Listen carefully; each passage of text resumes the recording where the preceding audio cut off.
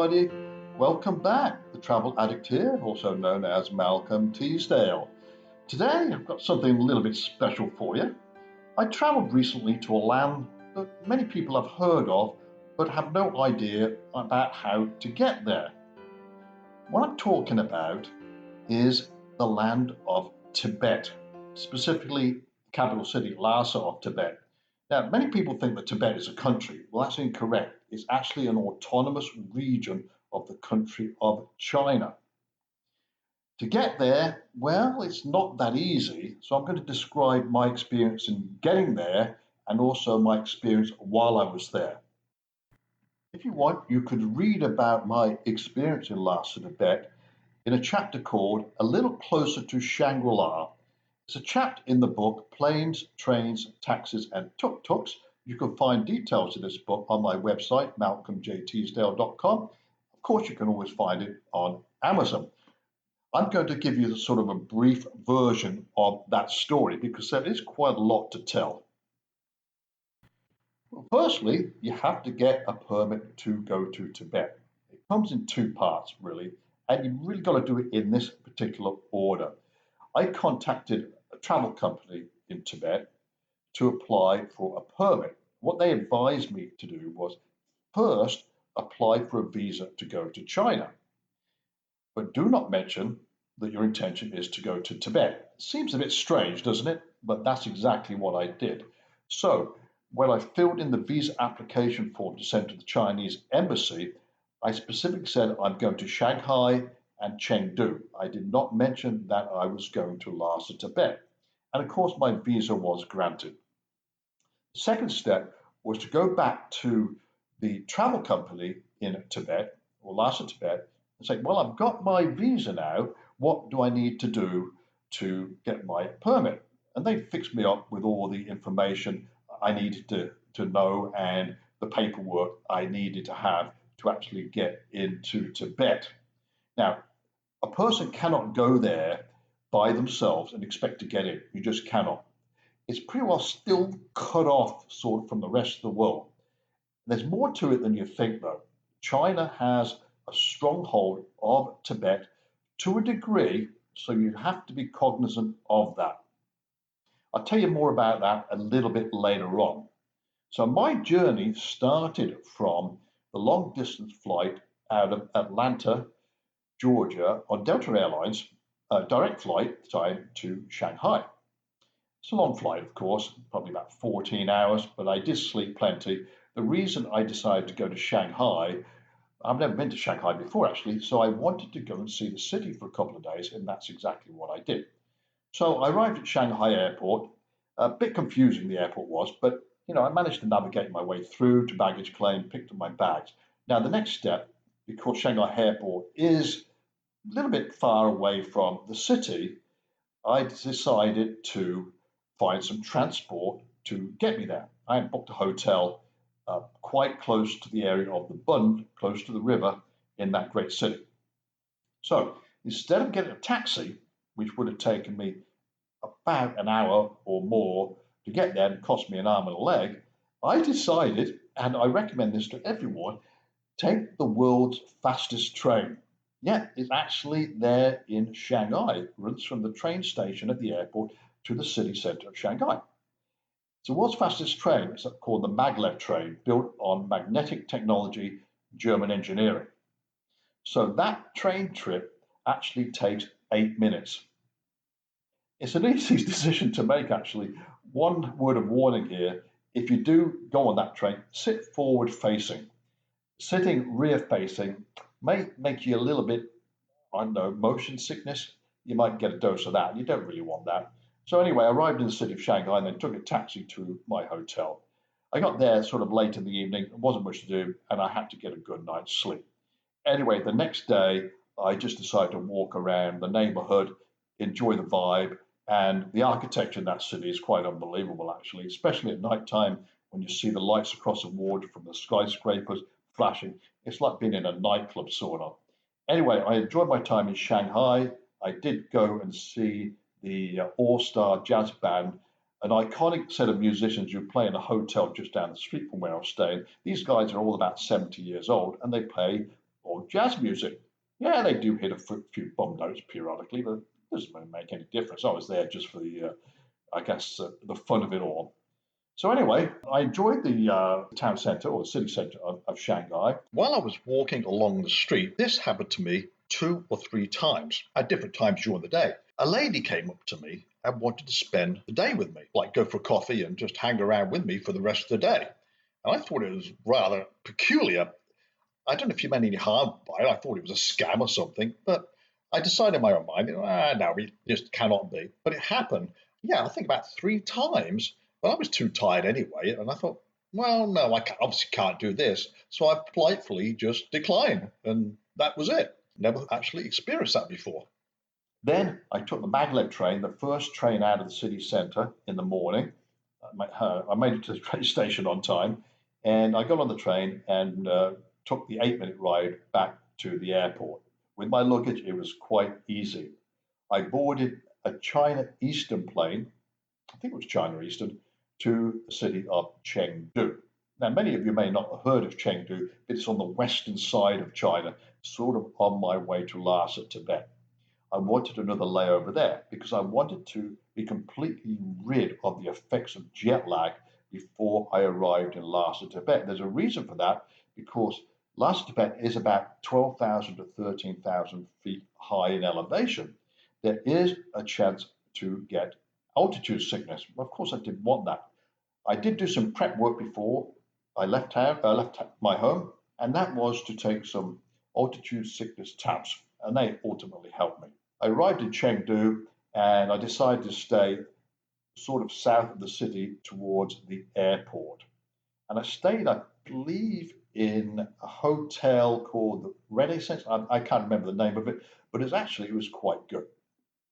So I checked in there and just walked around, but I didn't realize the city was absolutely massive. I can't remember the population, but it's huge. That evening, I found an Irish pub, which I always do when I go to a city overseas somewhere, because there always is one. Rarely have I been to a city that does not have an Irish pub somewhere. So I found the pub, went there, and had a typical British meal sitting outside. It was quite enjoyable, and that pretty much it. I had to get a good night's sleep. Now, the next day was quite fulfilling, actually, and it's packed with an activity that I never thought ever I would do. I went to the Panda Rehabilitation Center. It's famous in Chengdu because pandas, I would say they're not a dying breed, but they don't breed too well. And there's a reason for that. Anyway, I had to find all about it. So I took a taxi to this rehab facility, and it's like a big park where there are pandas, and they just seem to just live there like they would in the jungle or the forest. It's like being in the forest, actually.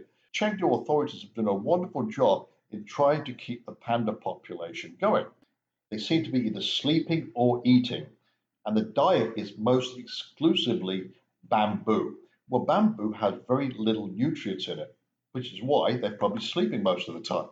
What the vets do at the rehab centre, now I don't know if they're called vets, there may be some other name for them, or be panda doctors or something like that. Anyway, they feed the male pandas a cocktail or a sort of cake which has these vitamins in to try and make them attractive to females. And sometimes they even put two pandas close to each other, put a female panda in between them, hope to sort of have a spat between them. Well, it's very challenging, but sometimes it works. And they do have a birthing facility at the rehab center, and they have incubation machines there, which is really good. So there are some successes, but generally speaking, it is challenging. They're doing the best they can to keep the population of pandas in China alive and well. Of course, pandas are sort of black and white, cuddly things, aren't they? You just want to go up to them and cuddle. But they are active sometimes in the day, and that's usually after they've eaten. So you can see a couple of them wrestling in one of their pens, which is quite adorable, actually. Well, in addition to the normal pandas, which we're used to seeing, there are the small red pandas. Yeah, red pandas, they exist. A little bit different they are because they tend to be a little bit more, so less cute, if you wish, and more aggressive, which they're not really aggressive, in fact. So they exist there as well. So anyway, the Panda Rehab Facility does a wonderful job in taking care of their precious commodity. I spent a few hours there and then I headed back to my hotel by taxi. And funny enough, the taxi driver started to charge me more on the return journey than the outbound journey. So I had to take an issue with that. And I told him, and he did speak a little English. Anyway, we negotiated a price, which I thought was fair. And I got back to the hotel in one piece. I don't know what made me do that because it was just $1 or two. But anyway, my attempt to do the right thing, I guess. Anyway, I last night in Chengdu at the hotel and went to the Irish pub again. I was going to eat some hot pot, which is a national dish of Chengdu, which is very, very spicy. But I thought better not to do that because I had a flight earliest the next morning. That time came and was up, checked out, and the taxi took me to the airport for my flight to Lhasa. It is where the big adventure begins. It's not a long flight, but anyway, I got there in one piece and I was in Lhasa, Tibet. Now, one thing that struck me about Lhasa airport is that it was quite modern. So I got off the plane, but there are many checkpoints in Lhasa because they want to make sure that you have to have the right permits and visas to be able to actually leave the airport. If you go there and you do not, then unfortunately you're going to be turned right around. But the airline does a good job of checking people anyway when they get on the plane, but sometimes things fall through the cracks. I got a taxi, I went to my hotel called the House of Shambhala. Now, the word Shambhala is a mythical kingdom hidden somewhere in Inner Asia. Whatever the historical basis, Shambhala gradually became seen as a Buddhist Pure Land, a fabulous kingdom whose reality is visionary or spiritual as much as it is physical or geographical. Looked like an old Tibetan guest house, small boutique hotel if you wish. There are probably only about 10 rooms in the whole building. My room was pretty basic, had a stone bathroom floor, some charming artwork and furniture in prominent red and gold colours, which is what I would expect. It was dimly lit, but it created this like an authentic but spooky atmosphere. I felt like I was a guest in someone's house, actually. It was cold and had no central heating, so I thought, well, they maybe have given me a hot water bottle or something. Anyway, they did have an electric heater that was absolutely sufficient to take the chill out of the air during the night hours. With regards to internet, there was service, but it was quite poor. To be honest with you, I didn't expect much. China has locked down access to many websites, including many of them that are social media related. Google, there must have been some spat in the past there. Google is not allowed there. So I could not get access to my mail, which I use Gmail. Google Maps is also not accessible. So I couldn't get email from home at all. I did have a backup, which was Yahoo. Somehow that works there. I'm not sure the reason why. Now, Tibet has additional websites locked down to prevent outside interference and influence affecting the local people. That's the last thing they want. To be honest with you, not having good internet service was the least of my worries. As quaint as my hotel was, the food was a different story. On recommendation from the travel company I booked the trip from, I did not drink any alcohol that night, so I just drank water. Drinking alcohol would have made me more prone to altitude sickness. Makes sense to me. Anyway, for dinner, I had some sort of curry and rice. I say some sort of because although it was supposed to be chicken, I could not say for sure that it actually tasted like one. Maybe a Tibetan chicken is a little different sort of animal than the rest of the world. Who knows? There was some confusion when I ordered my food, brought on by the language barrier, of course, because as well as my some sort of chicken curry, they also brought me a yak curry. Now, I wasn't ready to taste yak at this time, mainly because I saw a few of them roaming around the rice fields on the journey from the airport to Lhasa city. And what I saw was a scruffy, ugly animal. So, based on that, I wasn't in the mood to try anything on my first night. One of the recommendations from my travel company was not to take a shower on the first night. That sounded a little bit unreasonable because they said it could bring on altitude sickness as well. I did not take their advice on this, so after waiting 10 minutes for the water to warm up, I basically cleansed myself off and felt like I was ready for a good night's sleep, which in fact never happened. Actually, I never had a good night's sleep all the time I was in Lhasa, which is another symptom of altitude sickness. Knowing beforehand that I was going to be at high altitude, I came prepared with some tablets that I found on Amazon, which I believed helped me to a degree. Now, during my tour of Lhasa and Tibet, I was on this tour group, and out of our group of 10, four of them had to visit a pharmacy for some medicine to combat their altitude sickness. It's not pleasant. Obviously, the pharmacy keeps this stuff around because visitors or tourists like ourselves need it. Anyway, it fixed them up, so we were pretty much good to go after that. I did, however, have some symptom of altitude sickness. When I got back to my room after the first day, I felt a little bit dizzy. That's normal, lasted about 2 or 3 minutes, then it went away, and I never experienced that again during my stay. Breakfast in the morning was limited. There was cereal, white bread for toast, and eggs, which were cooked by an old Tibetan lady on a small griddle with just enough space to cook two of them at one time. I did, however, have 4 cups of tea that went down really well, and I was ready for the day ahead. Everyone in our tour group met at 9:30 a.m. at the hotel where most of the group stayed. It was only a short walk from my place, which was just fine.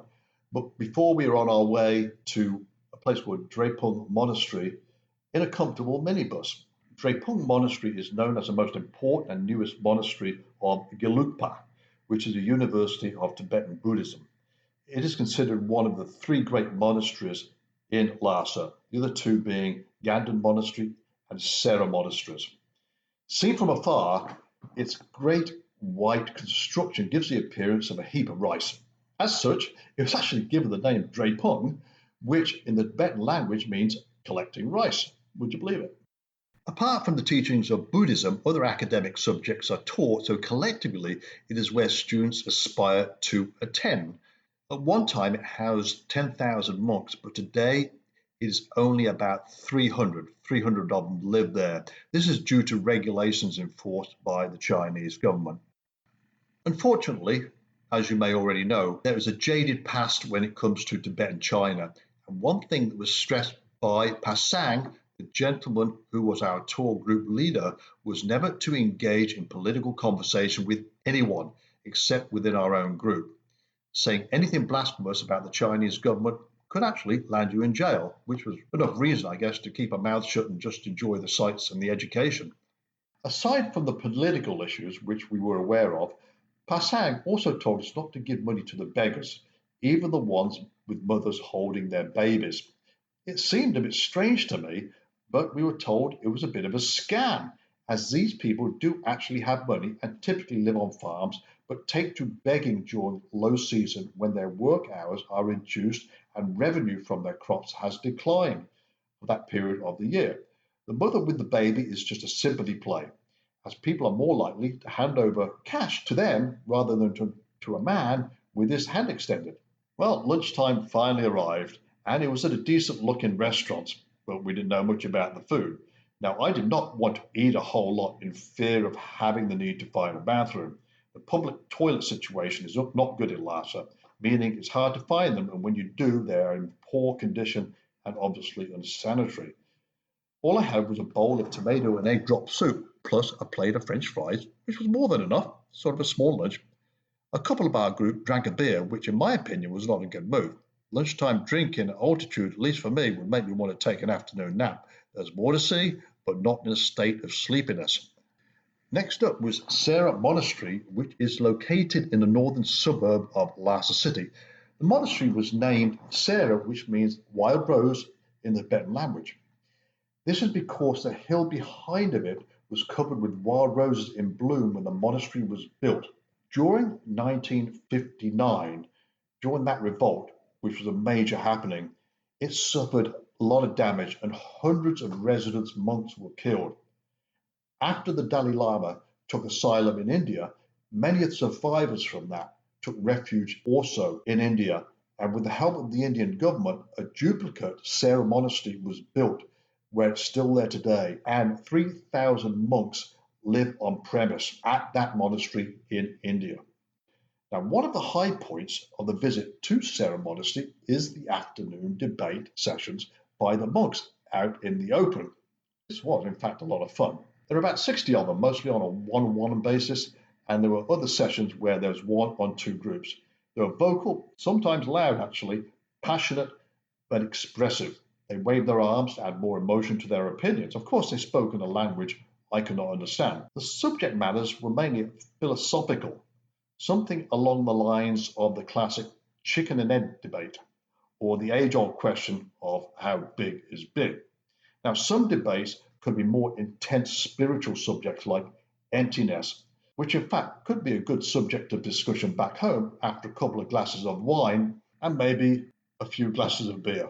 Just saying. Funnily enough, there was a sign on the wall saying, in English, no photographs, but smartphones are okay. Suffice to say, everyone was taking pictures with their iPhones or other mobile devices. I even took a video with my GoPro camera. One may ask the question, what do monks do every day apart from debating each other, that is? As with Buddhism itself, the answer is not straightforward. It basically depends on the monastery where they live and at what stage in their monastic career they are at. A typical day would start very early in the morning, maybe 3 o'clock or 4 o'clock in the morning, with a session of meditation or group chanting. When the dawn breaks, they may set off on what we call an alms round into the surrounding area where the people live, where the non-monastic type people pay respects to the monks in order to feel connected to the spiritual realm. Much of the rest of the day is spent studying, teaching, or performing ceremonial duties, and whatever time may be left, they will meditate. That evening, the tour company had arranged for a group dinner at a restaurant, a sort of welcome to Tibet get-together, which in turn saved me from eating at my hotel. Also, based on what I saw nearby, my accommodation with respect to restaurants, nothing seemed appealing. Well, I finally broke down and I tried some yak. It was a bowl of stir-fried yak, and based on the fact that anything fried is generally good, I had to douse it down with a couple of local beers, and it was pretty darn good. And I think it helped me sleep a little that night. The entrance to my bathroom had a low door frame at about 5.5 feet high. In the space of time that I had been there, I had banged the top of my head 4 times in the same area. I'd broken the skin and it did bleed. It also hurt.